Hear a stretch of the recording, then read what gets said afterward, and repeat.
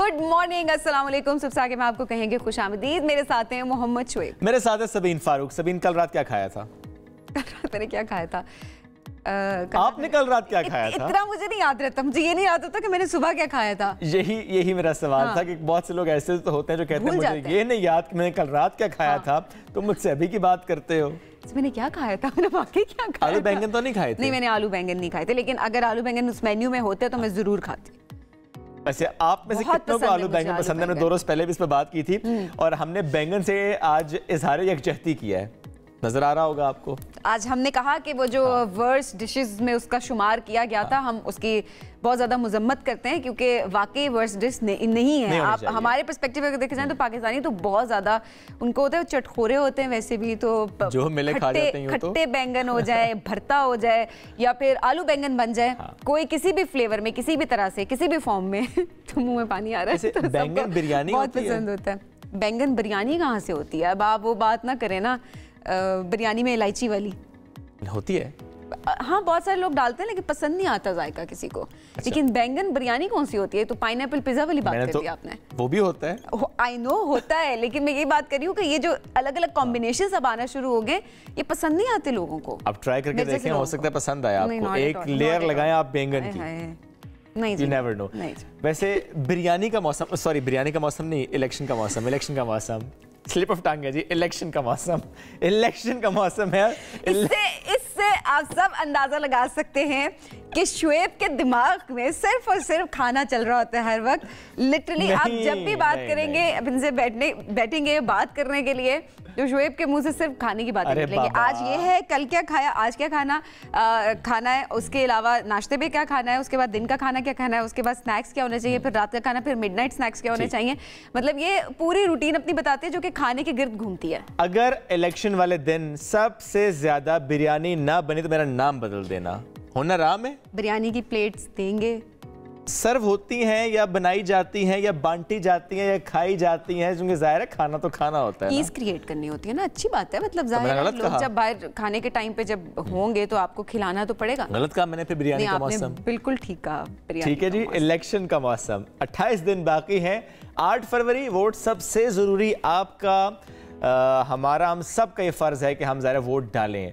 अगली हुकूमत जिस तरह से बननी है, अगला वज़ीर आज़म जैसे आना है, ये जोड़ तोड़, ये सियासी मुलाकातें, मुज़ाकरात, टिकटों से उम्मीदवारों के नाम, रैलियाँ, जलसे, जुलूस, दावे, वादे, मंशूर, ये सब कुछ इस वक्त हो रहा है और हम आपसे डेली बेसिस पर शेयर कर रहे होते हैं। और इसी इलेक्शन के माहौल में PMLN ने टिकट्स जारी कर दिए हैं। ख्वाजा आसिफ सियालकोट, हनीफ अब्बासी रावलपिंडी, खुर्रम दस्तगीर गुजरांवाला और एहसन इकबाल साहब नारोवाल कौमी और सूबाई असम्बली का इलेक्शन लड़ेंगे। मुस्लिम लीग नवाज ने टिकटों का ऐलान किया और मरी से राजा उसामा सरवर कौमी असम्बली से इलेक्शन लड़ेंगे। दानियाल चौधरी, मैंने दानियाल चौधरी कहा, दानियाल अजीज़ नहीं कहा, क्योंकि दानियाल अजीज़ साहब को टिकट नहीं मिला, दानियाल चौधरी साहब को टिकट मिल चुका है। नौशीन इफ्तिखार साहिबा, सारा अफजल तारर साहिबा और इसके साथ नासिर बोसाल, इनको भी टिकट मिल चुका है। और कौमी असम्बली के किसी को और किसी को सूबाई असम्बली के जो है वो टिकट्स दिए गए हैं। दानियाल अजीज साहब का जिक्र मैंने किया था, बहुत नाराज हैं जी, बहुत नाराज हैं। अब क्या करेंगे? इकबाल साहब पे वो तनकीद करेंगे, वो भी कर भी रहे हैं, लड़ेंगे भी। और साथ साथ कहते हैं जी महंगाई का भी सारा मलबा, वो कहते हैं जी एहसन इकबाल साहब, सारी चीज़ों की जिम्मेदारी एहसन इकबाल साहब हैं। अब टिकट मिल जाता तो वो कहते कि नहीं मैंने तो वैसे कहा था, वैसे ही कहा था, लेकिन अब तो नहीं मिला। अब तो तनकीद होगी और ठीक ठाक होगी। वैसे राजा रियाज साहब को टिकट मिल गया है PMLN का, यानी ये कहना चाहिए ना कि एतमाद हासिल कर लिया उन्होंने नवाज शरीफ साहब का। एग्जैक्टली। NF 104 फैसलाबाद से उनको टिकट मिला है। अच्छा, राणा सनाउल्लाह, आबिद शेर अली, मियाँ जावेद लतीफ़, इनको भी पार्टी की टिकट मिल चुका है, ऑब्वियसली मिलना था। राणा तनवीर साहब, राणा इकबाल हुसैन नून लीग के उम्मीदवार हैं। बजीज ताहिर साहिबा, शजरा मनसब, इनको भी नून लीग का टिकट मिल चुका है। ये तो बात हो गई है नून लीग की। अब बात करते हैं MQM की, लेकिन उन्होंने सिर्फ कराची से टिकट्स जारी किए हैं अभी। हाँ, फिलहाल उन्होंने वहाँ से किया। कौमी असेंबली के उम्मीदवारों का ऐलान उन्होंने किया है और नून लीग के साथ सीट एडजस्टमेंट जो है वो नहीं हो सकी। जो बातें सामने आ रही हैं अभी तक नहीं आ रही। अभी जो सबसे कॉन्फ्लिक्ट जहाँ पे चल रहा था कि जी मुस्तफ़ा कमाल होंगे या फिर शहबाज शरीफ होंगे, NS 242 की हम बात करें यहाँ पर, तो वो अब मद्दे मुकाबिल होंगे। अभी तक तो ऐसे ही अभी तक ऐसा ही लग रहा है कि मद्दे मुकाबिल होंगे क्योंकि बात ना बन सकी। Exactly. Doctor Farooq Sattar N241 और N244 दो से वो लड़ेंगे इंतखाब। खालिद मकबूल सिद्दीकी साहब N248 और N237 से रऊफ सिद्दीकी साहब को टिकट मिला है। NA 232 से आसिया इसहाक, NA 240 से अरशद वोहरा, NA 246 से अमीनुल हक पार्टी के उम्मीदवार होंगे। ये तो बात होगी MQM की। अब बात करते हैं PTI की। PTI के लिए कल वैसे अच्छा दिन था उनके लिए, अगर देखा जाए उनको बल्ला वापस मिल चुका है। तहरीक इंसाफ को इंतखाबी मैच के लिए जो है वो उनको बल्ला वापस है। इलेक्शन कमीशन का फैसला जो है वो कलअदम करार दिया गया है। पेशावर हाई कोर्ट की जानिब से इंट्रा पार्टी इंतखाबात केस का फैसला सुनाया गया और उनको बल्ले का निशान वापस मिल गया है। इंतखाबात लड़ने की उनको इजाज़त मिल जाएगी, तो काफ़ी खुश भी थे उनके PTI रहनुमाओं की। अगर बात की जाए तो वो थोड़ा एक जश्न का समा था एक्स पे भी। एग्जैक्टली आपको पता है एक और शख्स है, उन्होंने कहा कि बल्ला उनको मिलना चाहिए। किसको? वकार ज़का ने कहा कि बल्ला। यस, उन्होंने कहा हमें बल्ला मिलना चाहिए। कल मैं उनकी पोस्ट एक देख रहा था, उन्होंने कहा जी बल्ला हमें मिलना चाहिए। जो उन्होंने दरखास्त भी दिया उसमें कहा जी कि बल्ला हमें अलॉट किया जाए। और सेकंड नंबर पे उन्होंने कहा कि हमें लैपटॉप, अगर बल्ला नहीं मिलता तो लैपटॉप मिल जाए। वैसे technology movement kind of a party है उनकी और उसमें बल्ला समझ तो नहीं मुझे आती, लेकिन बहरहाल उन्होंने कहा शायद बल्ला मिलने से वोट मिल जाएगा। मे बी बल्ला बहुत पॉपुलर हुआ, उनको लगा कि शायद बल्ला मे बी पॉपुलैरिटी के उस पे मे बी। एनीवेज जी PTI जो हिट चाह रहा होता है वो थोड़ा सा होता है उसमें, उनको होता है कि हमें, उनको होता है। अब हो सकता है अब शेर का निशान कोई कहे कि जी हमें दे दो, और कोई तो ये भी कहता है ना कि हमारे निशान से मिलता जुलता निशान भी किसी को ना दो। तीर का निशान वो भी बड़ा पॉपुलर है, तो वो यही कहते हैं कि तीर का निशान है हमारा है तो हमारे से मिलते जुलता भी नहीं। पेंसिल का निशान भी किसी को नहीं, क्योंकि वो भी तीर से मिलती जुलती। गलती से कोई वोट ना किसी को डाल दे। एनीवेज PTI आज पागल थोड़ी है, अवाम पागल नहीं है, सब सुन ले यहाँ पे। अवाम को पता है वो किसको वोट देने के लिए जा रहे हैं, उनको पता है कि किस जमात का क्या इंतखाबी निशान है, क्योंकि ये माइंड जो है वो उस टाइम पे आके नहीं बन रहा होता। वो माइंड अवाम ने पहले से बनाया होता है और वो कारकर्दगी देख रहे होते हैं और फिर जाकर वो वोट देते हैं। तो निशानों से कोई फर्क नहीं पड़ता, आपकी कारकर्दगी मैटर करती है। और PTI भी आज ऐलान कर देगी अपने टिकटों का, लेट्स सी, क्योंकि पहले बल्ला नहीं था इनके पास। एक हल्के से बहुत से उम्मीदवारों ने कागजात नामजदगी जमा कराए थे। अब लेट्स सी कि किसको PTI अपना निशान देती है। बैरिस्टर गौर खान चेयरमैन PTI, उन्होंने कह दिया है कि आज से इस प्रोसेस को आगे बढ़ाया जाएगा। आगे बढ़ते हैं, कुछ और खबरें वो शामिल करते हैं जो बात हमें इलेक्शंस की कर ली हैं। एक और जगह है जहां पर इंतखाबात का मौसम है। जब इंतखाबात का मौसम होता है और उसमें यूथ को बाहर निकालना होता है तो फिर ज़ाहिर है हमें नज़र आता है कि जो यंग इन्फ्लुएंसर्स होते हैं वो अपना रोल प्ले करते हैं। अमेरिका की तरह हमारे नौजवान वोटर्स को भी वोट डालने के लिए बाहर निकालें, ये यूरोपीय यूनियन ने अमेरिकी गुलकार टेलर स्विफ्ट से कहा है, मदद मांगी है। ब्रसल्स में यूरोपियन कमीशन के नायब सदर ने खिताब किया और कहा कि नौजवानों को वोट डालने के लिए नौजवान ही तरगीब दे सकते हैं।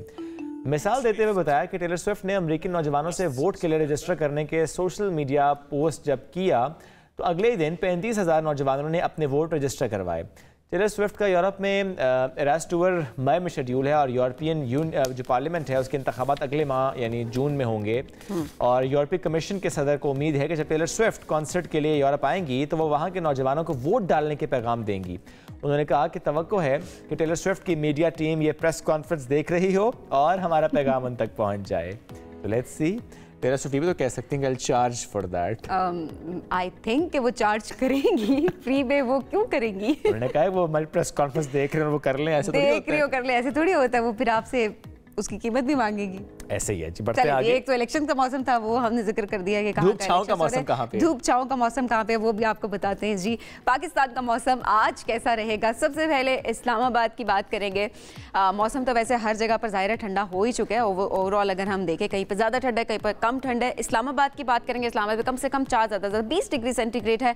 लाहौर में कम से कम 6 ज़्यादा 14 डिग्री सेंटीग्रेड है।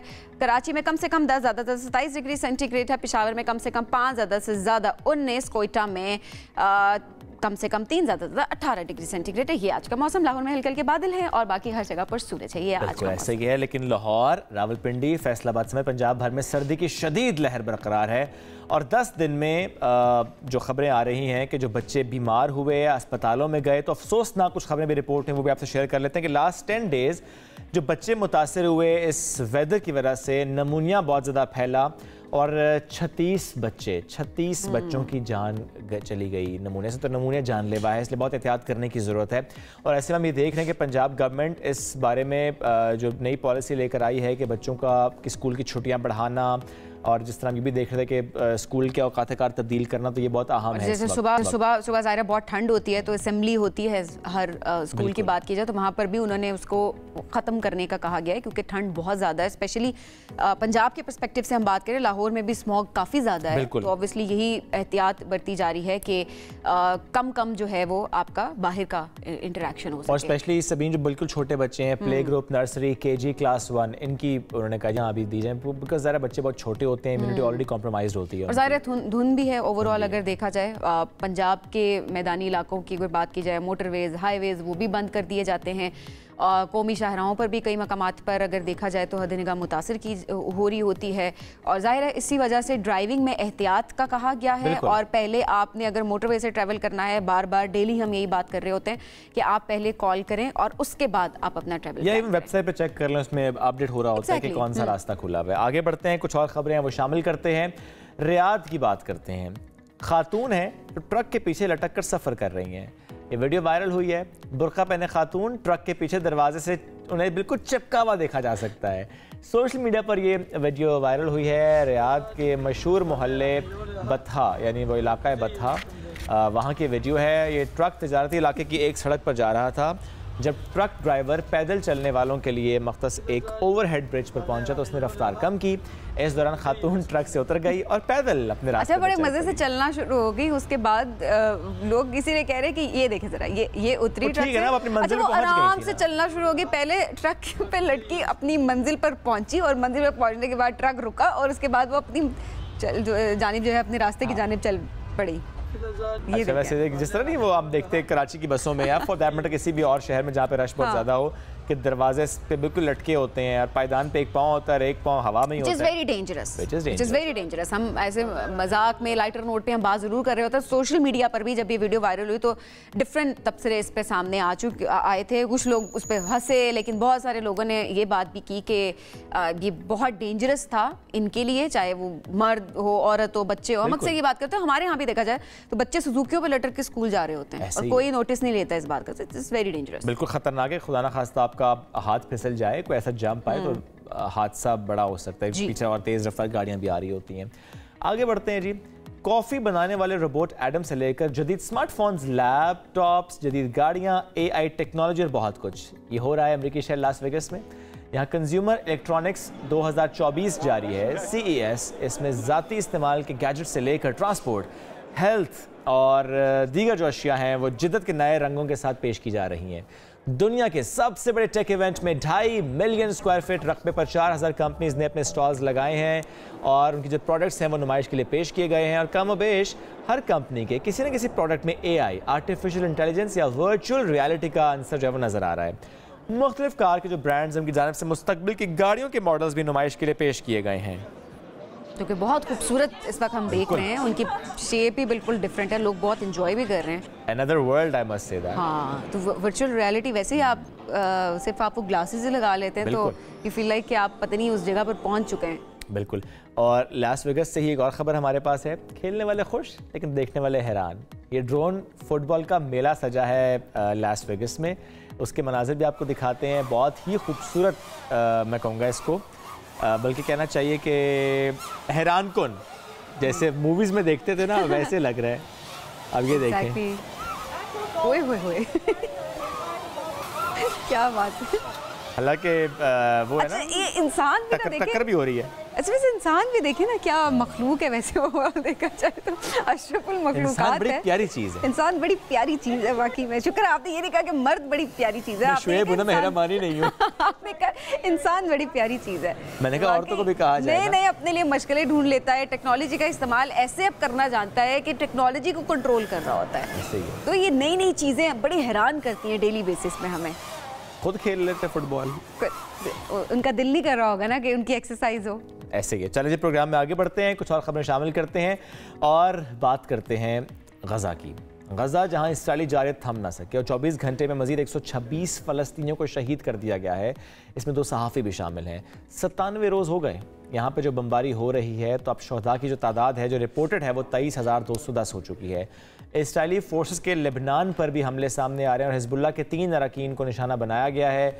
लेबनान में इसराइली फोर्सेस की बमबारी से 76,000 अफराद बेघर हो चुके हैं। और गज़ा का जो इलाका है दीर अल बला, यहाँ पर इसराइल का एम्बुलेंस पर फ़ज़ाई हमला ये भी सामने आया और एम्बुलेंस में मौजूद हिलाल अहमर के 4 अरकान शहीद हुए।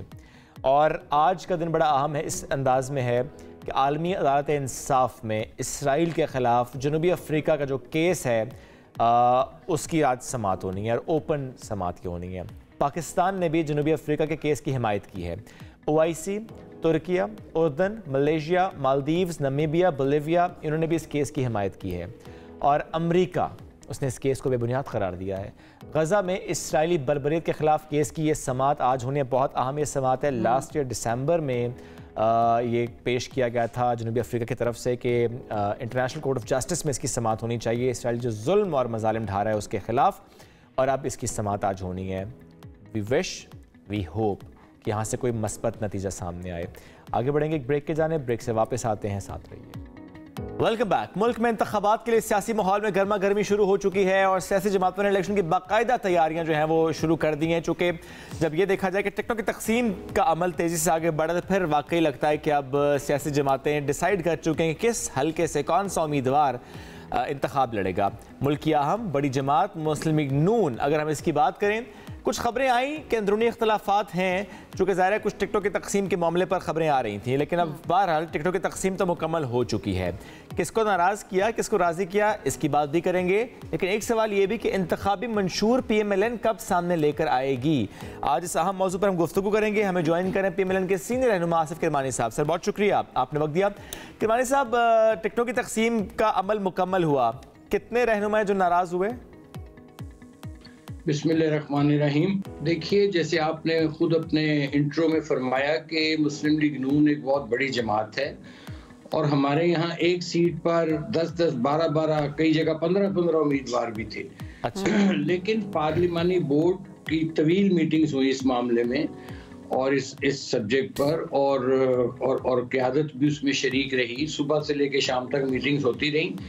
तो जाहिर है एक टिकट होती है और एक ही शख्स को वो अवार्ड होती है। सही है। बाकी जो लोग होते हैं उनको पार्टी डिसिप्लिन की पाबंदी करना पड़ती है।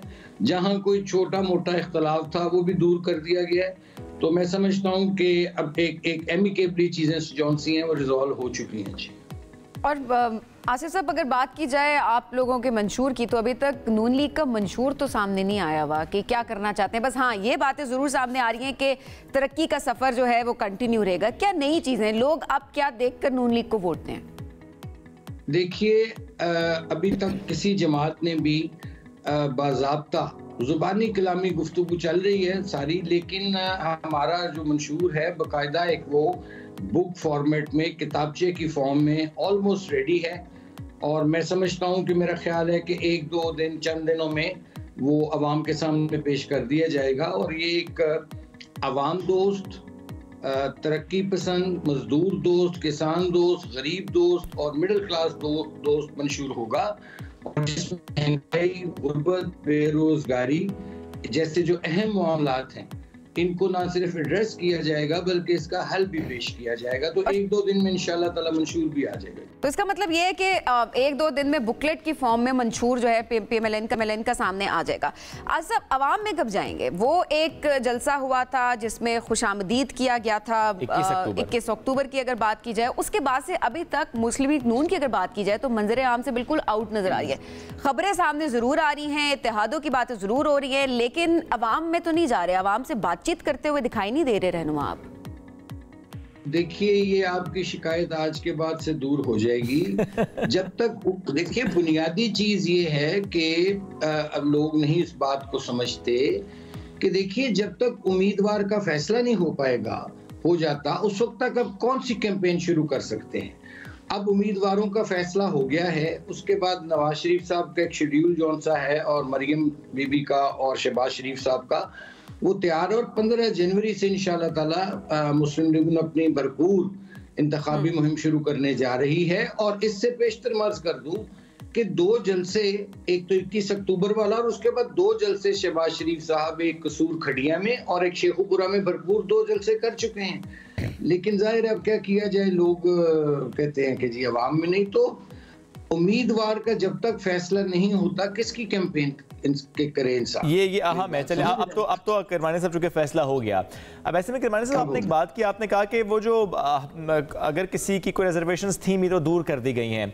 क्या वाकई ऐसा हुआ है? चूंकि खबरें तो ये आई कि जो टिकट के ख्वाहिशमंद थे, आपने जिस तरह कहा कि 10-10, 15-15 टिकट के ख्वाहिशमंद थे, लेकिन ज़ाहिर अगर हम उन लोगों का नाम लें जो कि आप लोगों के बड़े करीबी साथी रहे, उनको भी टिकट अगर ना मिले और वो आप कहें कि पार्टी डिसिप्लिन की खिलाफ वर्जी भी ना करे, तो फिर वो होता नज़र नहीं आ रहा ना। दानियाल अजीज़ साहब की मैं बात करूँ तो ज़ाहिर है उन्होंने तनकीद की पार्टी पे, एहसन इकबाल साहब पे तनकीद की, टिकट अब उनको नहीं मिला, आज़ाद हैसियत से लड़ने का ऐलान किया है। नुकसान नहीं होगा इसका? ये मैं सिर्फ एक मिसाल दे रहा हूँ दानियाल अजीज साहब की, वैसे जहां जहां पर ये मसला होगा। देखिए, ये वक्ती तौर पर जरूर फीलिंग्स हर्ट होती हैं, लेकिन अल्टीमेटली देखिए जो जमातें होती हैं ना, मैं चले मुस्लिम लीग नून नहीं कहता, मैं इस तरह कह देता हूँ कि जमातें जो होती हैं एक समुंदर होता है, इसमें से आप एक गिलास पानी का निकाल भी लेंगे तो कोई फर्क नहीं पड़ता है। लेकिन माजी में जग निकलते रहे हैं सर। अगर आप ग्लास की बात करें तो देखें ना, 35 साल की रफाकत रही चौधरी निसार साहब की, छोड़ दी पार्टी उन्होंने चंद साल पहले। शाहिदा खान अब्बासी आपके पार्टी के तरफ से वजीर आजम थे, छोड़ दी। मिफ्ता इस्माइल साहब वजीर खजाना थे, छोड़ दी चौधरी निसार। अब इनको ग्लास तो नहीं कह सकते पार्टी के लिए। उसके बावजूद इन तमाम जो मुझे बड़ा एहतराम है, मेरे वो कोलीग्स रहे हैं, उनमें सीनियर भी हैं, इसके बावजूद आप देखिए कि मुस्लिम लीग नून की एक एक नशिस्त पर, जैसे मैंने अर्ज किया, 15-15 उम्मीदवारों ने अप्लाई किया। तो इंडिविजुअल जो होते हैं ना, इनफरादी शख्सियात, ठीक है, उनका एक अपना वजन होता है, उनका एक वेटेज होती है, लेकिन देखिए ये पार्टी डिसिप्लिन जो होता है ना, इसकी पाबंदी हर सूरत करना पड़ती है, चाहे कोई खुशी से करे या चाहे कोई नाखुश होकर।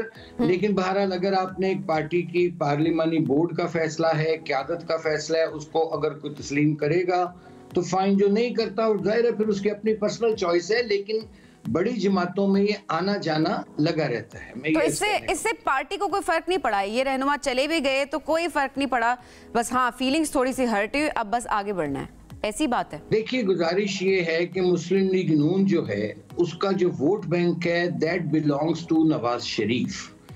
चाहे वो शहबाज शरीफ साहब हों, चाहे वो मरियम नवाज हों, चाहे वो कोई भी हो, वो सारे नवाज शरीफ के कारकुन हैं और उनको जो वोट पड़ता है वो नवाज शरीफ का वोट पड़ता है, एक मुस्लिम लीग नून का वोट पड़ता है।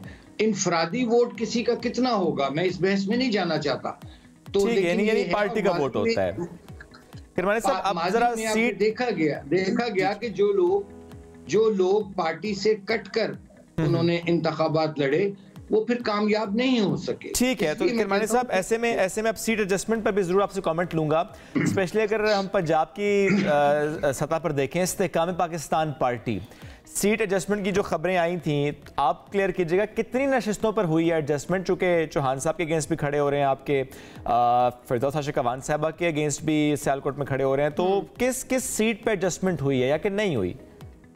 देखिए, अभी इस बारे में कोई हतमी जो है वो तो फैसला नहीं हुआ, लेकिन मैं जाती तौर पर ये समझता हूँ और हमेशा मैंने ये कहा है कि मैं ये इत्तेहाद या सीट एडजस्टमेंट का कायल नहीं हूँ, वो भी इलेक्शन से पहले, क्योंकि इससे दो चीजें, एक तो हक तलफी होती है आपके पुराने कारकुनों की, जैसे अभी थोड़ी देर पहले आप बात कर रहे थे, एक तो पुराने कारकुन की हक तलफी होती है जो गर्म सर्द में आपके साथ खड़ा रहा और लेकिन आखिर में आप सीट, ये पावर पॉलिटिक्स हो जाती है। और दूसरी बात ये है कि अगर आप किसी दूसरे को एडजस्ट करते हैं तो वो दूसरा जो आपसे सीट एडजस्टमेंट के बदले से सीट ले रहा है वो उसका जेन्युइन वोट नहीं होता, किसी भी पार्टी और का हो। तो बेहतर ये होता कि हर जमात जौन सी है वो, मैं ये समझता हूँ कि इंडिविजुअली अपने जोरे बाजू पर इलेक्शन में जाए। हाँ, इलेक्शन के बाद जब गवर्नमेंट फॉर्मेशन, हुकूमत साजी का मरहला आता है, उस वक्त आप एक दूसरे से ताउन कर सकते हैं, लेकिन मैं जाती तौर पर, मैं पार्टी डिसिप्लिन का पाबंद हूँ, लेकिन जाती तौर पर मैं ये इलेक्शन से पहले इस किस्म की जो सीट एडजस्टमेंट्स आप उसके कायल नहीं है। यही वजह है कि NA 242 में मुस्तफा कमाल और शहबाज शरीफ साहब मद्दे मुकाबिल होंगे। देखिए, वो बुनियादी तौर पर देखा जाए तो ये वहाँ मुस्लिम लीगी बुनियादी तौर पर कॉन्स्टिट्यूएंसी है, वहाँ हमारे जो पिछले लोकल बॉडीज इलेक्शन हुए थे उसमें मुस्लिम लीग नून के काफ़ी लोग वहाँ मुंतखब होके आए थे। तो लेकिन अभी देखिए, अभी इलेक्शन में काफ़ी दिन पड़े हैं, तो कुछ ना कुछ कोई ना कोई रास्ता इसका निकल आएगा। इसका मतलब मना लेंगे? नहीं, वो रास्ता क्या होगा? कोई किसी एक का बैठ जाना? या वो आप तो खुद कह रहे हैं कायल नहीं है। अच्छा, या ज्यादा चांस किसके हैं? मान जाएंगे। लेकिन किरमानी साहब, शहबाज शरीफ साहब ने तो उसके अलावा किसी और हल्के से जमा नहीं कराए सिंध में, कराची में। देखिए वो हल्का जो है वो शहबाज शरीफ साहब, मैंने जैसे अर्ज किया है ना कि वो हल्का जो है वो बुनियादी तौर पर लीगी हल्का है, लीगी वोटर का हल्का है। अच्छा। तो मैं उम्मीद करता हूं कि उस पर कोई ना कोई वो इश्यू रिजॉल्व हो जाएगा, कोई ऐसी बात नहीं। और बिलावल साहब का लाहौर से लड़ना तो फिर जी नहीं होगा तो लड़ेंगे, फिर नहीं होगा तो लड़ेंगे। और बिलावल साहब का लाहौर से लड़ना कोई मसला नहीं है, आप लोगों के इत्तेहादी रहे हैं, अब ना सही। मैं तो जाती तौर पर मैं पहला बंदा हूं अपनी पार्टी में जिसने बिलावल साहब को, क्योंकि पंजाब देखिए भाई कह लें उसे, बड़ा भाई कह लें, तो मैंने उन्हें वेलकम किया है। वो हमारे मेहमान हैं and I wish him all the best. वो लाहौर बड़े अरसे बाद आए हैं और मेहनत कर रहे हैं, लेकिन उस मेहनत का क्या नतीजा निकलता है इसका फैसला जो है वो अवाम 8 फरवरी को करेंगे। जो वेलकम आप लोग कर रहे हैं पीपल्स पार्टी के लिए, क्या ऐसा ही वेलकम सिंध में PMLN को भी मिल रहा है? देखिए, हम अपना काम कर रहे हैं, हम अपना काम करें। मैंने तो अर्ज किया कि जैसे एक बड़े भाई पंजाब में वो आए हैं, एक पीपल्स पार्टी विफाक की जमात है और हमें पंजाब वालों को उनको बिलावल भुट्टो साहब की मैं बात कर रहा हूँ कि वो पहली मर्तबा उन्होंने कदम रंजा फरमाया है, तो हम उनको वेलकम करते हैं उनको and wish him all the best. और अलीम खान साहब, उनके साथ सीट एडजस्टमेंट कोई बातचीत हो रही है इस पर? देखिए जी, बातचीत तो हो रही थी, लेकिन मसला ये था बातचीत रुक गई थी आकर, क्योंकि वो उन्होंने काफी ज्यादा इस्तेहकाम में पाकिस्तान पार्टी शुरू में सीट डिमांड कर रही थी। वो उस पर मुझे एक लतीफा वाकया याद आ जाता है। एक शख्स था, उसने तोप के लाइसेंस के लिए अप्लाई कर दिया, तो उसको किसी ने पूछा कि भाई ये तोप का लाइसेंस क्यों, कैसे, कौन देगा तुम्हें? उसने कहा मैं तोप के लिए अप्लाई करूंगा तो मुझे पिस्तौल का लाइसेंस मिलेगा। तो वो हो सकता है कि थोड़ी सी उनसे वो जो पहले मांग रहे थे उस पे तो जाहिर है पार्टी नहीं अफोर्ड कर सकती कि इतनी ज्यादा सीटें देनी। शायद वो 1-2 सीटों पर शायद कोई इस मामले में उनके साथ कोई इत्तेफाक हो जाए। ठीक है, आसिफ किरमानी साहब बहुत शुक्रिया हमारे साथ मौजूद थे। नाज़रीन, हम बढ़ेंगे ब्रेक की जानिब, स्टे विद अस। घूमने फिरने का शौक किसे नहीं होता, आपको तो बहुत ज़्यादा है, एवरीबडी नोज, जो हम अक्सर शेयर भी कर रहे होते चीज़ें। लेकिन वाकई एक और नहीं चाहता कि वो नगर नगर घूमे, नई यादें बनाए, नई जगहों को एक्सप्लोर करे, मज़े मज़े के खाने एंजॉय करे वहाँ के, और लोगों से गपशप करे, क्योंकि आप जब डिफरेंट लोगों से मिलते हैं तो आपका दिमाग भी खुलता है साथ साथ। और यही करते फिर रहे हैं भारतीय व्लॉगर रवि प्रभु, जो वैसे तो अमेरिका में IT की जॉब करते हैं, लेकिन इसके साथ साथ अपने ट्रैवलिंग के शौक को भी वो पूरा करते हैं, उसके लिए वक्त निकाल लेते हैं। और शायद इसी वजह से इनका कोई भी काम पे शायद कुछ ज़्यादा फर्क नहीं पड़ रहा होता, क्योंकि अगर हम आपको बताएं कि रवि दुनिया के 195 में से 194 मुल्कों की सैर कर चुके हैं, तो शायद आपको यकीन नहीं आएगा, लेकिन ऐसा वो कर चुके हैं। कोई भी काम जो है वो वही बात होती है कि लोग कहते हैं ना, अच्छा जितना घूमते रहते काम कैसे करते होंगे, लेकिन ऑब्वियसली मैनेज अगर आप कर सकते हो तो वो आप मैनेज करते हैं। स्पेशली अगर दुनिया घूमना आपका जुनून हो तो वो आप पहुंच जाते हैं। लेकिन मैं ये उनसे ज़रूर पूछना चाहूँगी, आज रवि हमारे साथ मौजूद भी हैं, कि वो जो एक मुल्क है उसका क्या कसूर था, आखिर उसको क्यों छोड़ दिया उन्होंने। पाकिस्तान में मौजूद है, तीसरी बार पाकिस्तान विजिट कर रहे हैं और हमें आज कराची से ज्वाइन कर रहे हैं। रवि, बहुत शुक्रिया प्रोग्राम में ज्वाइन करने के लिए। रवि, सबसे पहले तो ये बताएं, पाकिस्तान तीसरी बार आपका आना हुआ, कैसा एक्सपीरियंस रहा? पहले 2 मरतबा भी और अब तीसरी मरतबा, क्या नई चीज़ें एक्सप्लोर कर रहे हैं? सारा मुल्क देखने एक विजिट में नहीं होता, इसीलिए 3 बार आया हूँ। And this trip I am covering Sindh and Balochistan. ज़बरदस्त। यानी इससे पहले आपने नॉर्थ कवर किया और इस पर आप ज़रा सदर्न पार्ट कवर करना चाहते हैं, which is Balochistan and Sindh. तो पहले मैं माजी के टूर्स का ज़रूर पूछूंगा आपसे, जब पाकिस्तान पहले आप आए, कहाँ कहाँ गए, क्या क्या देखा? सो पहले जब मैं आया, नॉर्दर्न एरियाज एंटायरली कवर कर चुका हूँ, Babusar Top, Naran Valley, and then Hunza, Nagar, Kunjara, all those areas, and Lahore and Islamabad. On the second trip, I went to Chitral, Kalash, and Swat Valley, and then also Peshawar. So this trip I'm covering Multan, and then Karachi and Balochistan. जबरदस्त। और ऐसे में अगर हम north से भी पूछें आपसे कि वहां पे सबसे प्यारी जगह रवि को कौन सी लगी, प्यारा मंजर सबसे कौन सा लगा? मुझे Rakaposhi Mountain and then Atabad Lake. Nagar was the most beautiful sight I've seen. जबरदस्त। nice. नगर वैली। हाँ, नगर वैली में। अच्छा रवि, अब जरा ये राज भी थोड़ा सा हमें बताएं कि ये जो 195 मुल्क थे उनमें से एक मुल्क आपने क्यों छोड़ा, कौन सा है और कब जाने का प्लान है? किसी मुल्क को लास्ट करना है ना, इसलिए Venezuela is my last country and I plan to visit in the next 2 months. Okay, और फिर ये आपका वर्ल्ड टूर कंप्लीट हो जाएगा। टूर द वर्ल्ड जो है वो कंप्लीट हो जाएगा। वेनेजुएला का वीजा सिस्टम थोड़ा अच्छा, वेनेजुएला का वीजा थोड़ा मुश्किल था, 4 महीने लग गए, लेकिन वीजा तो मिल गई। सो 3 महीने टाइम है मुझे, 3 महीने में जाना चाहिए। सो अच्छा, और ये इतना मुश्किल क्यों रहा, या ये प्लान ऐसे था कि वेनेजुएला एंड पे करना है? चूंकि अमेरिका की तरफ आप गए हो तो वैसे भी दिल करता है कि आसपास मुल्क तो कवर कर ही लें, आपने छोड़ दिया है, स्पेशली दोबारा जाएंगे आप उस तरफ? क्योंकि कई मुल्क होता है वीज़ा प्रोसेस बहुत टीडियस होता है, टाइम लगता है, वो इन्वेस्टिगेट करता है, और वेनेजुएला में सोशलिस्ट गवर्नमेंट है, कम्युनिस्ट गवर्नमेंट जैसा, so the process is lengthy, it takes time to get. तो ज़ाहिर प्रोसेस है, और अब नेक्स्ट 2 months में आप कंट्री लिबिया होगा जी, तो ज़ाहिर है नेक्स्ट 2 months में जो है वो आप विजिट करने का प्लान भी कर रहे हैं। अच्छा रवि, ज़ाहिर है अब पूरी दुनिया घूमे तो पूरी दुनिया के खाने भी आपने ट्राई किए होंगे, मुख्तलिफ खाने होंगे, सबसे ज़बरदस्त खाना कहाँ का लगा, वो कौन सी डिश थी? Obviously desi food, since I'm Indian, and then I like food from India and Pakistan, Turkey. Desi food जैसा मेरा favorite होगा। देसी food के अलावा I try sushi, Japanese cuisine, and that is my real favorite. I eat a lot of fish, especially the sushi style in Japan. So देसी food के अलावा मेरा favorite food है Japanese का। जापानीज का।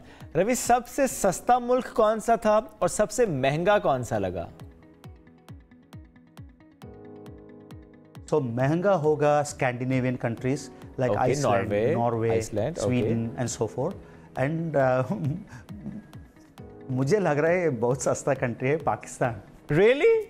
Really?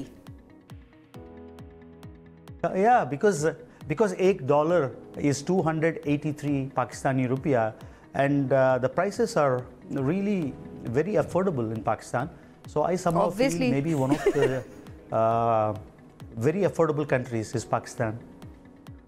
अच्छा, और ज़ाहिर है डॉलर लेके नहीं, डॉलर से कंपेयर करेंगे तो लगेगा। वैसे इंडिया और पाकिस्तान खाने के एतबार से, रिहाइश के एतबार से, होटलिंग, ट्रैवल, पेट्रोल, एवरीथिंग, क्या डिफरेंस है?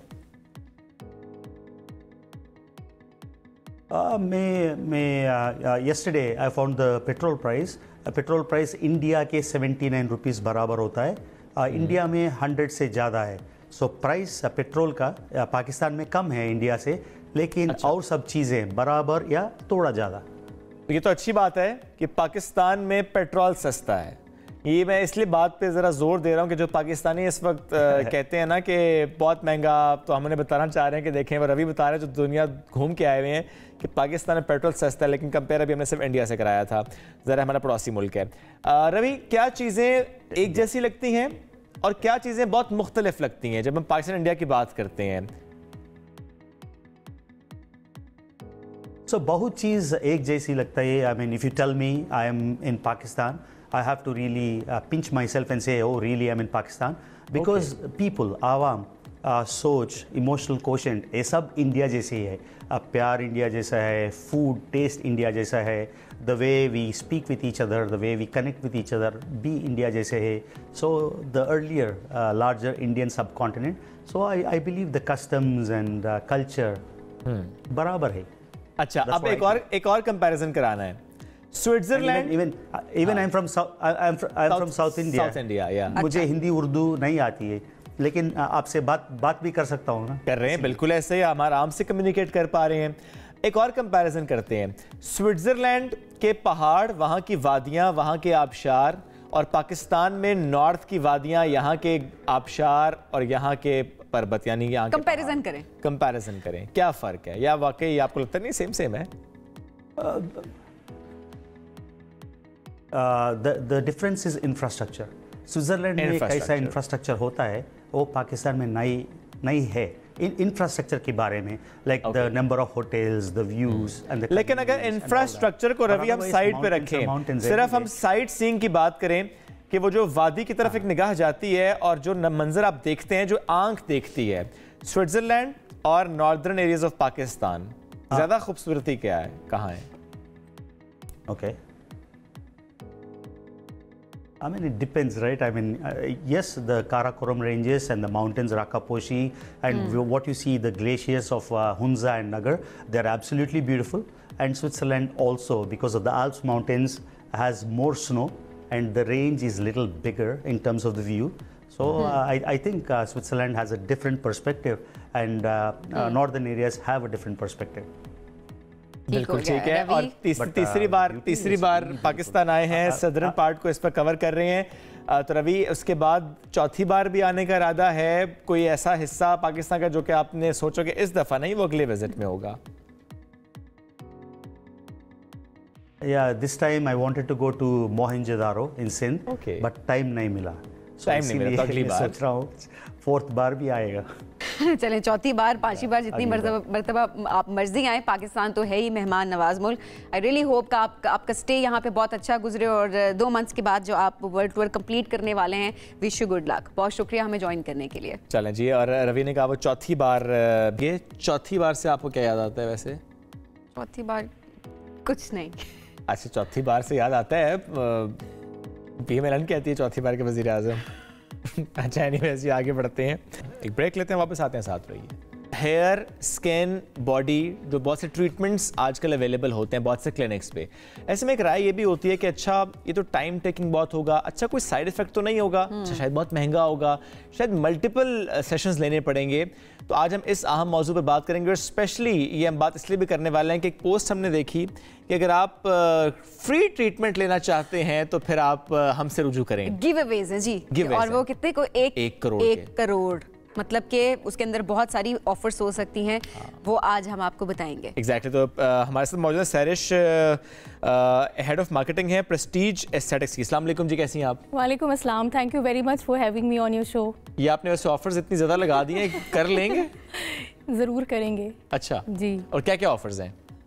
अच्छा, ऑफ़र्स ये हैं कि हम प्रेस्टीज एस्थेटिक्स जो है, this is Pakistan fastest growing chain of clinics.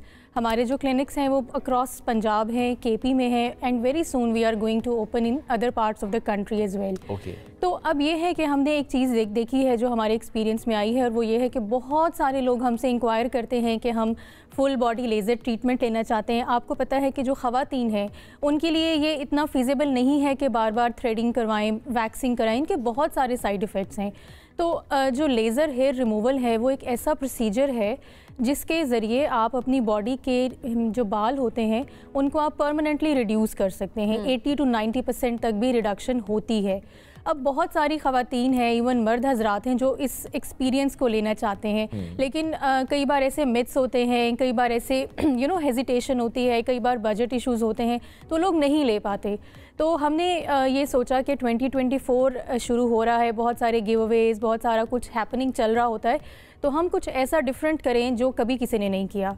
तो this is like one of our mega giveaways जो हम 2024 में दे रहे हैं, और वो ये है कि हम 1 करोड़ वर्थ की जो body laser hair removal treatments हैं वो फ्री ऑफ कॉस्ट देना चाहते हैं लोगों को। और इसकी रीज़न क्या है? उसकी रीज़न ये है कि हम चाहते हैं कि ज़्यादा से ज़्यादा लोग एक्सपीरियंस करें कि मॉडर्न टेक्नोलॉजी से आप अपने जो अनवांटेड हेयर हैं उनको कैसे रिमूव कर सकते हैं विदाउट एनी साइड इफ़ेक्ट्स। अब अगर हम वैक्सिंग की बात करें, जब हम चेहरे पे वैक्सिंग कराते हैं तो आहिस्ता आहिस्ता हमारी स्किन जो है वो सैगी होना शुरू हो जाती है, लटकना शुरू हो जाती है, तो वो एक जो है ना वो चैलेंज बन जाता है। लेकिन अगर आप लेज़र हेयर रिमूवल की बात करें तो ये एक पेनलेस प्रोसीजर है। इसमें आपको जो मॉडर्न टेक्नोलॉजी के ज़रिए जब आपके बालों को मशीन के थ्रू रिमूव किया जाता है तो उसमें कोई पेन नहीं होती, हल्की सी पिंचिंग होती है, लेकिन हम चाहते हैं कि ज़्यादा से ज़्यादा लोग इस एक्सपीरियंस को लें। ठीक हो गया। अब लोग कैसे अप्लाई कर सकते हैं, कितने लोगों को ये मिलेगा गिव अवे, क्या क्राइटेरिया इसका? अच्छा, इसका जो क्राइटेरिया है इट्स वेरी सिंपल। 2-3 चीज़ें हैं जो कि आपने करनी है। अब क्योंकि वैसे भी हम सोशल मीडिया के ऊपर इतना टाइम लगाते हैं तो जब कोई इस तरह के कॉन्टेस्ट आते हैं या गिव अवेज आते हैं तो हम देखते हैं कि लोग बड़े एक्साइटेड हो जाते हैं ना। तो हमने बिल्कुल सिंपल सा क्राइटेरिया रखा है, और क्राइटेरिया क्या है, सिंपली आपने हमारा फेसबुक पेज लाइक करना है, प्रेस्टीज एस्थेटिक्स के नाम से है। फिर हमारा जो इंस्टाग्राम है that is also Prestige aesthetics PK, उसको आपने फॉलो करना है। वहाँ पे हमने पोस्ट लगाई हुई है जो कि एक हमारी अनाउंसमेंट पोस्ट है, उसके ऊपर आपने सिर्फ 5 लोगों को टैग करना है। इसमें कोई आपके पैसे नहीं खर्च हो रहे, कुछ नहीं हो रहा, सिंपली 5 लोगों को टैग करें। और हमारी वेबसाइट जिसका लिंक हमारे सोशल मीडिया के ऊपर ऑलरेडी अवेलेबल है, वहाँ पे आपने जाके हमारा फॉर्म फिल करना है, और उस फॉर्म के अंदर सिंपल क्वेश्चंस हैं जिसमें आपका नाम, आपकी डेट ऑफ बर्थ, आपकी लोकेशन, बेसिक आपकी जो डिटेल्स है वो आपसे मांगी गई है, वो आप फिल करेंगे। बस आपने वो फिल करनी है। उसके बाद कुरानदाजी है, उसके बाद भी एक प्रोसीजर है कि नहीं ये हमारा क्रेडिट, क्योंकि मैं चाह रही हूँ लोग फॉर्म उस हिसाब से फिल करें। नहीं, उसके बाद कोई कुछ भी नहीं करना, सिर्फ इंतजार करना है। ठीक, उसके बाद जो भी करना है वो हमने करना है। और फरवरी में आप लोग अनाउंस करेंगे विनर्स? हम 400 विनर्स अनाउंस करने जा रहे हैं। अच्छा, अब एक चीज़ और है कि ये विनर्स जो हैं ये कहाँ पे अनाउंस होंगे, कैसे अनाउंस होंगे, वो हमारे सोशल मीडिया के ऊपर अनाउंस होंगे। फिर एक चीज़ जो बहुत सारे लोग पूछ रहे हैं वो ये है कि आपके क्लिनिक्स कहाँ पे हैं। तो ये बताना भी बहुत ज़रूरी है कि हमारे क्लिनिक्स कहाँ पे हैं। तो आप कहाँ पे हमारी ये सर्विस अवेल कर सकते हैं। इस्लामाबाद में अगर आप हैं तो हम इस्लामाबाद में हम लोकेटेड हैं PWD मेन रोड के ऊपर, जो कि इस्लामाबाद का एक बहुत बिजी कमर्शियल एरिया है, बहुत इजीली एक्सेसिबल है। रावलपिंडी की बात करें तो बहरिया फेज़ 7 में हमारा क्लिनिक है। अगर हम लाहौर की बात करें तो PIA रोड लाहौर है, बहरिया टाउन लाहौर है, बड़ी इजी लोकेशंस है। ये इसका मतलब है कि वो डिवाइड हो जाएंगे, कुछ के लाहौर में ट्रीटमेंट्स हो रहे होंगे, कुछ के रावलपिंडी में हो रहे होंगे। इसके अलावा भी हैं, गुजरांवाला में है। गुजरांवाला में मेन GT रोड के ऊपर बहुत ईजीली एक्सेसिबल हमारा क्लिनिक है, वहाँ पे आप जा सकते हैं, वहाँ पे आपको ये सर्विसेज मिल सकती हैं। फिर पेशावर में जो मेन आपकी यूनिवर्सिटी रोड है तो वहाँ पे हमारा क्लिनिक है पेशावर के अंदर। और आने वाले दिनों में और आने वाले महीनों में आप देखेंगे कि मजीद क्लिनिक हमारे। फिर आप GT रोड से आसपास भी जाएंगे? हम हर जगह जाएंगे। क्या बात है। और ये सिर्फ फुल बॉडी हेयर रिमूवल पे ही आपका फोकस है इस वक्त, या कि और प्रोसीजर्स पे भी कुछ ऑफर्स आप लोग लगाते हैं? बिकॉज हम ये देखते हैं नॉर्मली कि प्रोसीजर्स बहुत एक्सपेंसिव होते हैं, लेकिन एट द सेम टाइम हम ये देखते हैं कि बहुत सी जगहों पर ऑफर्स भी लग रही होती हैं। तो आप लोग ऐसा करते हैं? देखिए, हम तो कोशिश ये करते हैं कि मैक्सिमम लोग जो मॉडर्न टेक्नोलॉजी है उसके थ्रू सर्विसेज अवेल कर सकें। तो फुल बॉडी लेज़र तो जस्ट एक पार्ट ऑफ द सर्विस है ना। इसके अलावा हमारे पास बेतहाशा सर्विसेज हैं जिसके अंदर आपकी एंटी एजिंग सर्विसेज आ जाती हैं। आप देखें हाइफू है, हाइफू हमारा बहुत ज़्यादा पॉपुलर है और बेस्ट सेलर हमारी ट्रीटमेंट जो है वो हाइफू है। इसके अलावा skin lightening, brightening, tightening, all kinds of बहुत सारे प्रोसीजर्स जो हैं वो आप लोग कर रहे होते हैं। यस। अच्छा सरिश, अक्सर लोग इन प्रोसीजर्स को अभी तक नहीं अडैप्ट कर पा रहे होते हैं। एक्सेप्टेंस का भी मसला है। अगर पाकिस्तान के पर्सपेक्टिव में बात करूँ, वो कहते हैं जिससे साइड इफेक्ट्स बहुत ज़्यादा होते हैं, चाहे आप स्किन टाइटनिंग कराएं या आप लेज़र कराएं या बाकी और अगर कोई भी आप प्रोसीजर करवाने लगे तो लोग बड़े रिलक्टेंट होते हैं। तो क्या ये प्रोसीजर्स वाकई सेफ होते हैं या इनके भी साइड इफेक्ट्स आगे होते हैं अगर ख़वातीन इनको करना चाहती हैं अडैप्ट? अच्छा देखिए, ऐसा कोई लॉन्ग टर्म में कोई साइड इफेक्ट्स नहीं होते हैं। शॉर्ट टर्म में कई बार होता है कि डाउन टाइम आ जाता है। जैसे आपने हाइफू करवाया है, ठीक है, उसमें थोड़ी सी पेन होती है तो नंबिंग क्रीम अप्लाई कर देते हैं। बहुत सारे लोगों का पेन का थ्रेशोल्ड कम होता है तो उसके लिए नंबिंग क्रीम्स अप्लाई हो जाती हैं। फिर एक जो सर्विस हमारी बहुत पॉपुलर है वो है फिलर्स एंड बोटॉक्स। अब उनके ऐसा कोई साइड इफेक्ट्स नहीं है, लेकिन आपको मेंटेनेंस करवानी पड़ती है। इसी तरह से जो स्किन लाइटनिंग ड्रिप्स हैं उसकी बहुत ज़्यादा डिमांड है क्योंकि वो एंटी एजिंग आ जाती है। उसके लिए हम सबको गाइड करते हैं कि कुछ मेडिकल टेस्ट हैं जो कि आपने करवाने हैं बिफोर टेकिंग द ट्रीटमेंट। हमारे जो एक्सपर्ट्स हैं, ड्रिप लगती है, आप गोरे हो जाते हैं? नहीं, वो गोरे होने की ड्रिप नहीं है, that is for skin rejuvenation, skin brightening. उसमें यह है कि आपकी स्किन के ऊपर जो टैनिंग आ जाती है, जो थकन आ जाती है, बेसिकली आपके एंटीऑक्सीडेंट्स को वो आपकी बॉडी से। अच्छा, बेसिकली ये होता है ना कि हमारा आज अभी तक का आप इन्वायरमेंट देखें या हमारे मेकअप प्रोडक्ट्स या फिर जिस तरह हमारी बात करें तो लाइट्स बहुत ज़्यादा होती हैं, तो इसका इम्पैक्ट आपकी स्किन के ऊपर आता है। तो मैं ये हमेशा ये बात कहती हूँ कि जितना आपकी स्किन खराब करने में आप मेहनत करते हैं उतना फिर आपको ठीक करने में, वरना रिंकल्स आना शुरू हो जाते हैं और बहुत सारी चीज़ें होती हैं। और इवन वो जो एजिंग वाला एक इंपॉर्टेंट फैक्टर है कि लोग एंटी एजिंग के लिए प्रोसीजर्स कराते हैं, तो एंटी एजिंग के लिए क्या क्या होता है? देखिए, एंटी एजिंग के लिए तो बहुत सारे प्रोसीजर्स अवेलेबल हैं, जिसमें एक मैंने अभी आपको बताया कि हाइफू है। इसके अलावा आजकल जो प्रोसीजर बहुत ज़्यादा पॉपुलर हो रहा है और हमसे बहुत लोग डिमांड करते हैं वो है थ्रेड्स। थ्रेड्स में क्या होता है कि जैसे आप बड़ी एज में जब आप 40 क्रॉस करते हैं, 50, 60, तो आपकी स्किन जो है वो ढलक जाती है, तो उसको लिफ्ट करने के लिए थ्रेड्स डलते हैं। जब वो थ्रेड्स डलते हैं तो आपकी स्किन टाइट हो जाती है। ये तो काफी यंगस्टर्स का भी हम देख रहे होते हैं कि स्किन लटकना हो रही शुरू हो जाती है बहुत शुरू से। नहीं, मेरी नहीं है, यंग हूँ लेकिन नहीं है। अच्छा, एक कॉलर है हमारे साथ, उनकी कॉल लेते। तैयबा है लाहौर से। अस्सलाम वालेकुम जी।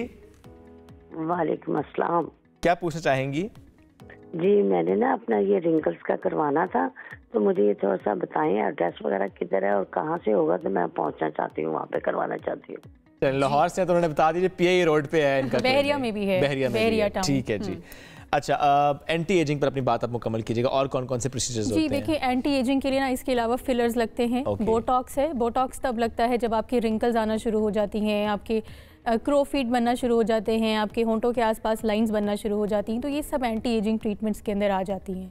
अच्छा, और समटाइम्स होता है मोल रिमूवल के हवाले से लोग चाह रहे होते हैं, हालांकि जहाँ भी लग तो अच्छा ही रहा होता है लेकिन फिर भी जो रिमूव करना चाहते हैं, कुछ लोगों के यहाँ पे भी आ जाता होता है और वो अच्छा नहीं लग रहा। नीलम मुनीर का यहाँ पर है और वो बड़ा प्यारा लग रहा होता है। लेकिन बहुत लोग मोल रिमूवल करवाते हैं। मोल रिमूवल की सर्विसेज भी हम ऑफर करते हैं और बहुत लोग करवाते हैं, और ये वन टाइम होता है और इससे आपका मोल रिमूव इजीली हो जाता है। अच्छा, कुछ लोग ये भी कह रहे होते हैं, अच्छा उन्होंने लेजर कराया, रिमूव करवाया मोल, लेकिन वो दोबारा आना शुरू हो जाता है, इसकी क्या रीजन होती है? अच्छा देखिए, ये ना स्किन टू स्किन भी वेरी करता है, बॉडी टू बॉडी भी वेरी करता है, तो इसके लिए जितने भी लोग हमसे क्वेरीज करते हैं, क्योंकि सोशल मीडिया पे हज़ारों लोग हमसे पूछ रहे होते हैं सर्विसेज के बारे में, तो उनको हम ये ऑफर करते हैं कि आप हमारे क्लिनिक आएँ, हमारे डॉक्टर के साथ बैठें, उनके साथ एक कप चाय पिएँ, कॉफ़ी पिएँ, जूस पिएँ, जो भी आपको पसंद है वो आप पिएँ, और उनके साथ अपना मसला डिस्कस करें। हमारी जो स्किन कंसल्टेशन होती है वो एब्सोल्युटली फ्री है। अच्छा जी, हम इसका कुछ चार्ज नहीं करते, आपको हम बिठाते हैं, आपसे बात करते हैं, आपको चाय कॉफी पिलाते हैं, उसमें कन्विंस कर देते हैं क्या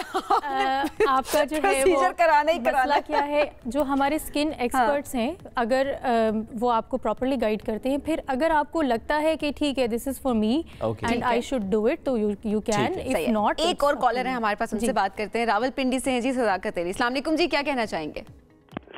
जी, मेरा एक क्वेश्चन है छोटा सा कि जो मेल्स की बियर्ड होती है, तो उनकी बियर्ड के जो हेयर्स होते हैं ऊपर, जिनको हम ट्रिम करते हैं, क्या ये भी लेजर से रिमूव हो जाते हैं? और ये ठीक है जी, बताएं। जैसे हमने नीचे वो कहते हैं यहाँ से भी रिमूव करा दें, ये भी लाइन फिक्स करा दें।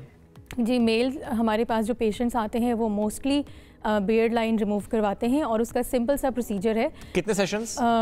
डिपेंड करता है बॉडी टू बॉडी, लेकिन 4 to 6 सेशंस होते हैं। उसके बाद तकरीबन 90% रिड्यूस हो जाते हैं। और उसके बाद कभी आपको 1 महीने में, 2 महीने के बाद एक छोटा सा सेशन लेना होता है, जो कि 5 to 7 मिनट्स का होता है। Okay, great, thank you. Sir साथ मौजूद थी head of marketing Prestige aesthetics, और एक ब्रेक की तरफ बढ़ेंगे। नाज़रीन, ब्रेक से वापस आते हैं, साथ रहिए। वेलकम बैक जी। सुबह आगे मैं आपको कहेंगे खुश आमदीद। पेरेंट्स का एक गिला होता है, वो थ्रू आउट भी रह रहा होता है, क्योंकि कुछ पेरेंट्स ये कह रहे होते हैं कि हम जिस तरह से अपने बच्चों की तरबियत करना चाहते हैं, जैसे हम उनकी परवरिश करना चाहते हैं, वैसे उनको मौका नहीं दिया जाता, और उन्हें ज़्यादातर हमने देखा है इंटरफेरेंस पसंद नहीं आ रही होती, क्योंकि वो कहते हैं कि हमने अपने बच्चे को इस बात पर रखे, क्योंकि हर जो वालिदैन होते हैं उनके माइंड में होता है उन्हें अपने बच्चों को किस तरह से लेकर चलना है। और फिर जब आपका अगर जॉइंट फैमिली सिस्टम है, या फिर आप के फैमिली मेम्बर्स इतने करीब हैं, आपके बच्चों के भी दादी दादा हो गए, चाचू चाची हो गए, खालू खाला हो गए, या व्हाट्सएवर कोई भी हो गए, तो वो अफराद जब आते हैं और ज़ाहिरा बच्चों को जो है उसको लाड प्यार कर रहे होते हैं, और अक्सर औकात तो दादियाँ नानियाँ माँ बाप को भी डांट रही होती है कि बच्चों को इस बात पे मत टोको, तो उनको बड़ा गुस्सा आ रहा होता है, या वो बहुत बुरा मना रहे होते हैं। उसकी वजह ये होती है कि वो कहते हैं जब बच्चों को हम एक तरफ रखना चाहते हैं, लेकिन जो ये रिश्ते हैं इनकी लाड प्यार जो है ज़रूरी भी होता है, लेकिन वही वाली चीज़ होती है, इससे हमारे बच्चे बिगड़ जाते हैं। अच्छा, मैं इस पर सोचता हूँ हूँ कि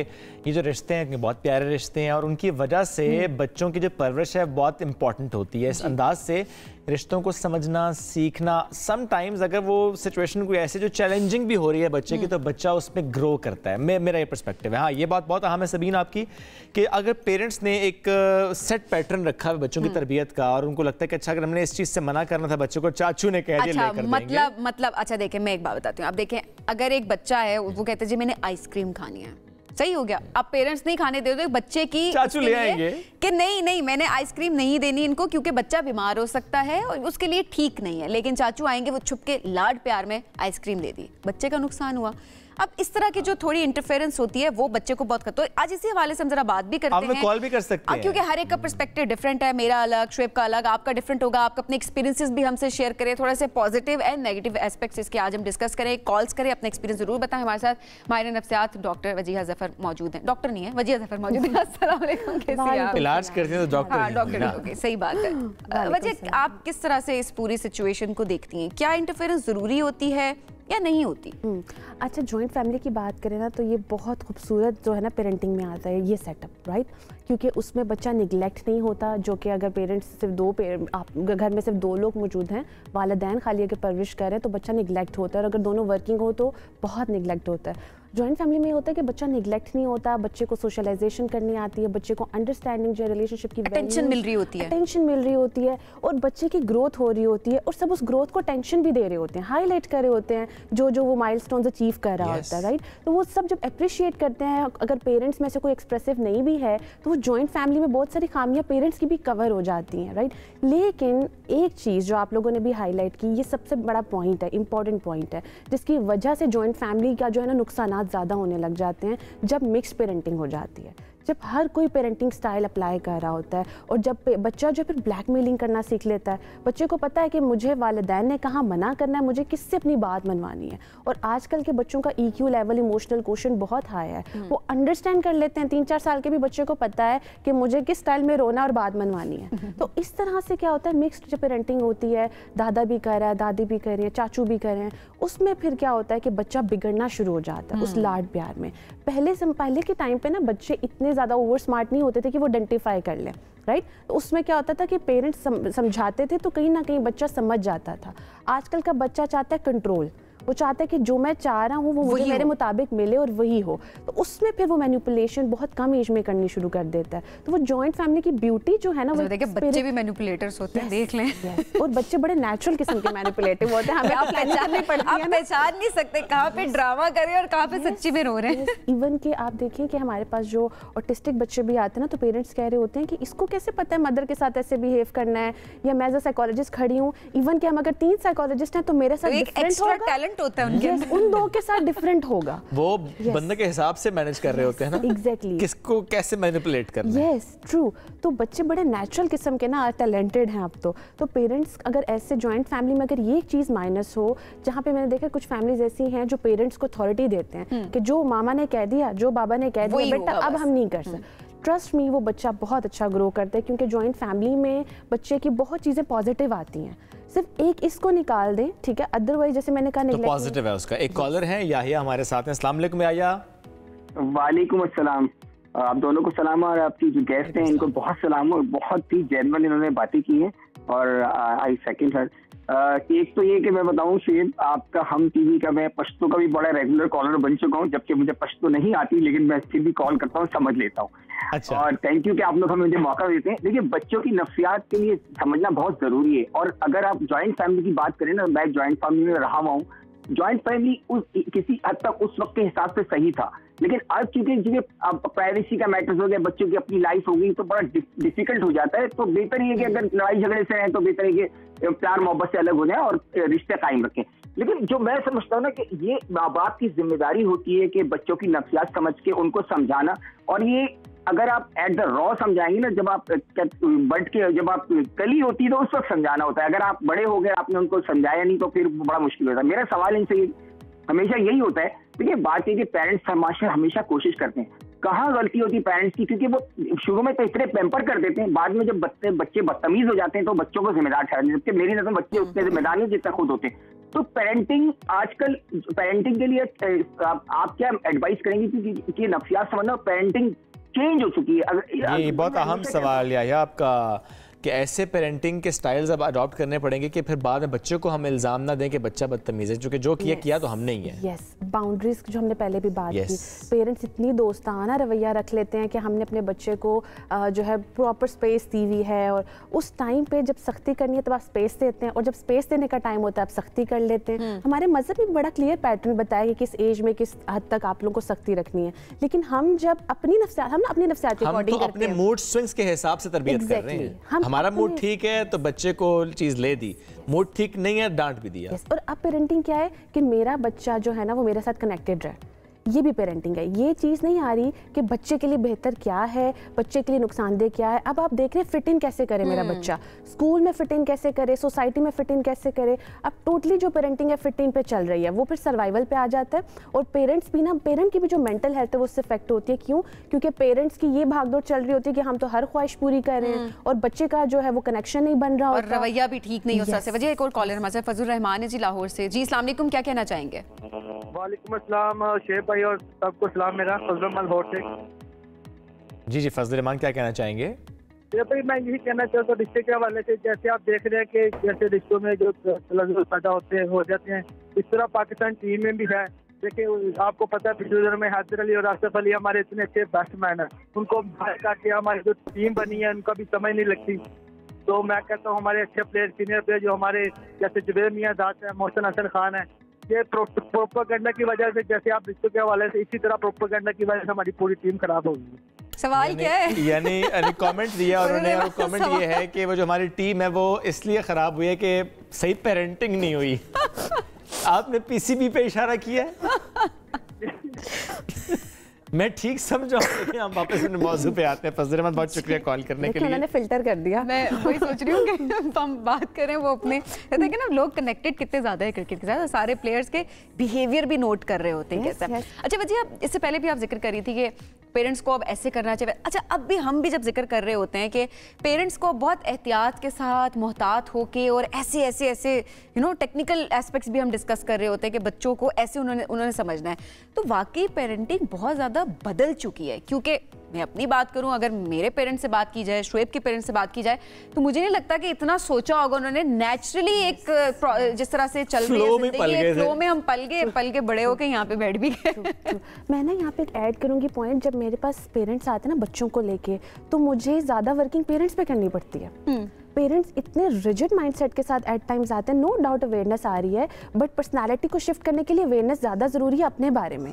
ओवरऑल नहीं कि क्या चल रहा है सोसाइटी में, क्या बेस्ट पेरेंटिंग है। आपको सेल्फ रिफ्लेक्शन करना होता है, आपको अपनी खामी के अकॉर्डिंग देखना होता है कि क्या गलती कर रहे हैं। अब रिसेंटली मेरे पास एक दो पेरेंट्स का जो रिसेंटली वीक में जो चला कि मदर आके इतना उन्होंने पलंद और एजुकेटेड यंग, मैं ये भी नहीं कहूँगी कि जनरेशन गैप है, उन्होंने इतनी बुराइयाँ की अपनी बच्ची की कि ये हमारे टाइम पे तो ऐसे होता था, ये ढीठ हो चुकी हैं, इतने रिजिडिटी। और जब मैंने उस बच्ची का सेशन लिया तो वो जस्ट ये चाहती थी कोई सुने, कोई बैठ के सुने, ट्रस्ट मी। और ट्रॉमा था उसकी लाइफ का। और ये देखें कि जब सिर्फ बच्चे से आप बात करें, कम्युनिकेट करें, सुने, तो आधे से ज्यादा मसले वैसे ही हल हो जाते हैं। एक और कॉलर हैं, सरगोदा से हैं उमर। अस्सलाम वालेकुम जी। वालेकुम सलाम सर। पक्के तैयार हो गए हैं माल्टे सारे? जी सर, माल्टे तो तैयार हो गया। बारिश ना होने की वजह से माल्टे का जो जायका वो अभी भी फीका है। फिर खाने की बात मैंने कहा टॉपिक में रहते हैं, खाने की बात होगी तो कहीं और निकलेंगे। सरगोदा की बात है, बच्चों को भी माल्टे खिलाएं, विटामिन सी होता है इसमें। मैं तो इस पर्सपेक्टिव में ये बात करना चाहता था। जी क्या कहना चाहेंगे उमर आज के टॉपिक के हवाले से? अभी माल्टे की बात छिड़ी है तो मैं माल्टे पे ही बात करता हूँ। तो बात ऐसे है कि बारिश ना होने की वजह खट्टे हैं, बच्चों को देते हैं और उनका गला खराब हो जाता है, तो काफी फिर परेशानी का हमें भी सामना करना पड़ता है, खास तौर को वालिदैन को रात को जब जागना पड़ता है।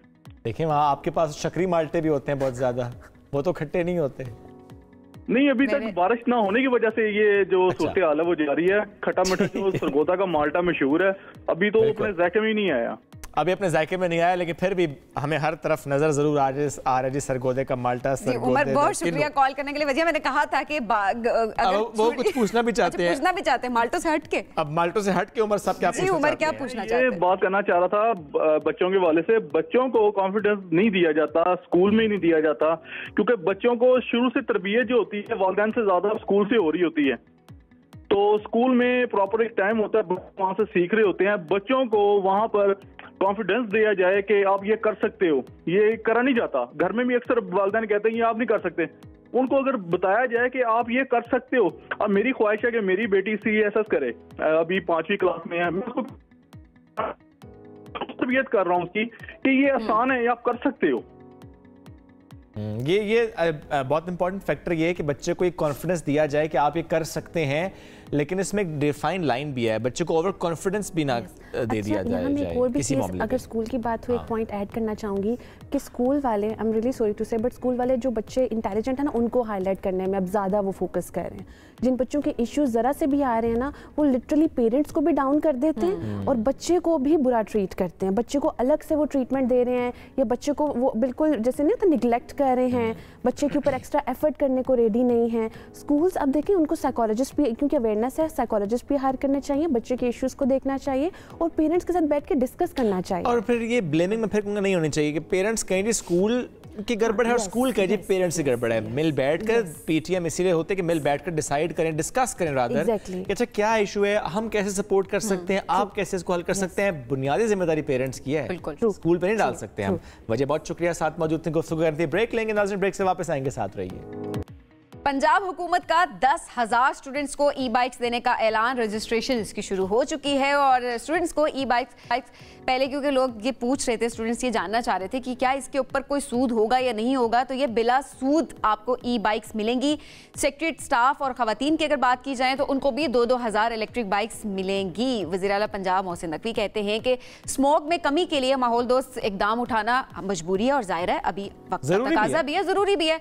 अगर जिंदगियों को 10-10 साल ज़्यादा करना है तो इलेक्ट्रिक बाइक्स का इस्तेमाल यकीनी बनाना होगा। गवर्नमेंट ऑफ पंजाब की अगर बात की जाए तो इलेक्ट्रिक बाइक्स के अलावा जो कोई दूसरी बाइक्स वो कहते हैं कि जो हमारा स्टाफ है वो भी इस्तेमाल नहीं करेगा। पहले मरहले में बैंक ऑफ पंजाब के ताउन से 10,000 तलबा को इलेक्ट्रिक बाइक्स जो हैं वो दी जाएंगी। और इसके अलावा इसकी शॉर्ट लिस्टिंग कैसे हो, क्योंकि जाहिर है अब क्योंकि इसके ऊपर जब सूद नहीं है तो तमाम लोग ये चाहेंगे कि वो अप्लाई कर सके और उनको मिल सके। तो क्राइटेरिया क्या होगा, इस हवाले से बात करते हैं। इस वक्त हमारे साथ मौजूद हैं निगरां वज़ीर ट्रांसपोर्ट पंजाब इब्राहिम हसन मुराद साहब। इब्राहिम साहब बहुत शुक्रिया प्रोग्राम में ज्वाइन करने के लिए। इब्राहिम साहब, 10,000 स्टूडेंट्स को ई-बाइक्स देने का ऐलान तो कर दिया गया है, लेकिन इसके लिए क्या शॉर्ट लिस्टिंग का प्रोसीजर होगा, क्राइटेरिया क्या है, बुनियाद क्या रखी है आपने? जी, इसमें बेसिकली कोई भी अगर फुल टाइम इनरोल्ड स्टूडेंट है किसी भी डिग्री कॉलेज में या यूनिवर्सिटी में पंजाब के अंदर, पहले हम फेज़ 1 के अंदर इसमें 5 शहरों के अंदर ऑफ़र करेंगे ये ई-बाइक्स। नंबर 1 इसमें पिंडी है, लाहौर है, फैसलाबाद है, मुल्तान है और बहावलपुर है। तो आप अगर इस शहर के अंदर किसी भी यूनिवर्सिटी के अंदर, डिग्री कॉलेज के अंदर इनरोल्ड हैं तो नियरेस्ट जो आपकी बैंक ऑफ पंजाब की ब्रांच है उधर जाके आप इसका फॉर्म फिल कर सकते हैं। और आपके पास आगे फिर 2 ऑप्शंस होंगे। एक ये कि आपको गवर्नमेंट जो है वो 50,000 रुपीज़ की सब्सिडी देगी आप जिस भी इलेक्ट्रिक बाइक का इंतखाब करेंगे as per the criteria. Number 2 ये है कि आपको बिला सूद इसकी 3 साल की आसान जो है वो एक साथ हो जाएंगी, जिससे आप इसको आराम से पे कर सकेंगे। तो इसमें जी मल्टीपल बेनिफिट्स हैं। एक तो ये कि ऑब्वियसली ये गवर्नमेंट का तालीम दोस्त फैसला है, इल्म दोस्त फैसला है। यानी इससे इब्राहिम साहब किसी भी स्टूडेंट पर फाइनेंशियली बर्डन नहीं पड़ेगा, क्योंकि दोनों चीजें बता दी आपने कि 50,000 की सब्सिडी मिल सकती है या आपने कहा कि बिल्कुल बिला सूद वाली ऑप्शन है। देखें, इसमें जितना भी इंटरेस्ट है वो सारा गवर्नमेंट ऑफ पंजाब ने टेकअप कर लिया है और जो स्टूडेंट है उसको सिर्फ उसकी इंस्टॉलमेंट पे करनी है। तो अगर उसने फर्ज करें 1.5 लाख आज देना था तो उसने 1.5 लाख ही 3 साल में देना है एग्जैक्टली। और उसका कोई भी जो इंटरेस्ट है वो गवर्नमेंट ऑफ पंजाब बेयर करेगी। और दूसरी जो उसकी ऑप्शन है वो ये कि वो अगर फर्ज करें 2 लाख की बाइक है तो गवर्नमेंट ऑफ पंजाब उसको 50,000 देगी और वो 1.5 लाख उसको पे करके 2 लाख की बाइक खरीद सकता है। ठीक है, ये बहुत बड़ा इंसेंटिव है और ये तो जाहिर है ऑफर तो बड़ी जबरदस्त है। इब्राहिम साहब, ये तोहफा नए साल का है या निगरां हुकूमत का? देखिए, गवर्नमेंट का तो काम है कि जो आम आदमी है इसकी ज़िंदगी में बेहतरी लाए, जो गरीब है इसकी तकलीफ दूर हो। तो उसी के लिहाज से जो हमने देखा कि माहौल के जो इश्यूज़ हैं, और नंबर 2 जो यूथ नेग्लेक्टेड फील करती है, और अब जो कॉस्ट ऑफ कम्यूट बढ़ गई है उसकी वजह से हमारे तालीमी इदारों में ड्रॉप आउट बहुत ज़्यादा आ रहा था कि एक जगह से दूसरी जगह जाने का जो आपकी कॉस्ट है वो 2-3 गुना हो गई थी। तो हमने फिर सोचा कि क्यों ना एक ऐसा इनोवेटिव इनिशिएटिव लेके आए जिसमें यूथ भी जो है वो ऑब्वियसली उसकी बेनिफिशियरी हो, और हमारी जो इन्वायरमेंट है ये इम्पोर्टेंट तो है, लेकिन उससे भी ज़्यादा इम्पोर्टेंट शायद ये होगा कि चार्जिंग पॉइंट्स हों। ये ना हो कि बाइक्स तो दे दी जाएं, ढेर सारी बाइक्स हों, लेकिन जा रहे हो स्कूल, कॉलेज, यूनिवर्सिटी या अपने ऑफिस और रास्ते में चार्जिंग हो गई ख़त्म और फिर वहाँ इंतज़ार कर रहे हैं कि चार्जिंग कैसे हो। ये जो 5 शहर हैं, मैं रिपीट करता हूँ दोबारा, भावलपुर, मुल्तान, फैसलाबाद, लाहौर और पिंडी, इंशाल्लाह हमारी कोशिश है कि ये मॉडल ईवी सिटीज़ बन जाए। और कल जो आपने एक और ऐलान देखा होगा, जो हमने एक इनिशिएटिव एक और लिया है, वो है जो तारीख में पाकिस्तान की पहली बार इलेक्ट्रिक रिक्शे का हमने जो है वो लाइसेंस इशू किया है। तो ये जो है शहर इधर इंशाल्लाह हम बैंक ऑफ पंजाब और बाकी कुछ प्राइवेट सेक्टर की मदद से मॉडल एक ईवी चार्जिंग का इंफ्रास्ट्रक्चर एस्टेब्लिश करेंगे। उसमें बैटरी स्वैपिंग भी होगी, उसमें चार्जिंग भी होगी, उसमें इनकी पार्किंग भी होगी डेजिग्नेटेड। और आप देखेंगे कि इंशाल्लाह इसमें हम जो है वो काफ़ी आगे और मजीद इनिशिएटिव्स भी लेके आएंगे, प्रोग्रेस करेंगे, जिसमें एक 35 इलेक्ट्रिक बसेस का प्रोजेक्ट है कि लाहौर के अंदर उसको पायलट करेंगे कि 35 इलेक्ट्रिक बसेस लॉन्च हो रही हैं एज ग्रीन लाइन। तो आहिस्ता आहिस्ता हम इसमें और आगे जाएंगे। ज़ाहिर आहिस्ता आहिस्ता आप इसको बढ़ाने की बात करें, लेकिन अभी भी जो नंबर है और जो आप लोगों का आगे प्लान है, क्या गुंजाइश है? इतना बजट हमारे पास होगा? क्या ये कौमी खजाने पर बोझ नहीं है?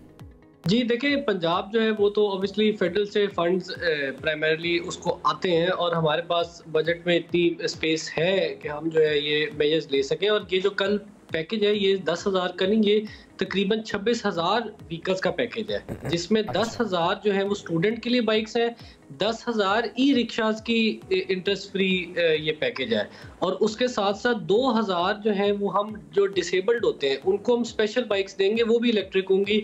2,000 हम खवातीन को बाइक्स देंगे, और 2,000 जो गवर्नमेंट सेक्रेटेरिएट में एम्प्लॉइज काम करते हैं स्केल 1 to 4 के, उनको भी हम इलेक्ट्रिक बाइक्स फराहम करेंगे। तो ये एक बहुत बड़ा पैकेज है, और इसमें इंशाल्लाह अवाम का और आम आदमी का और ये सारा अमल मुकम्मल कब हो जाएगा? बाइक्स कब से मिलेंगी? चूंकि ज़ाहिर आपके भी वक्त थोड़ा ही है इंटरिम सेटअप का।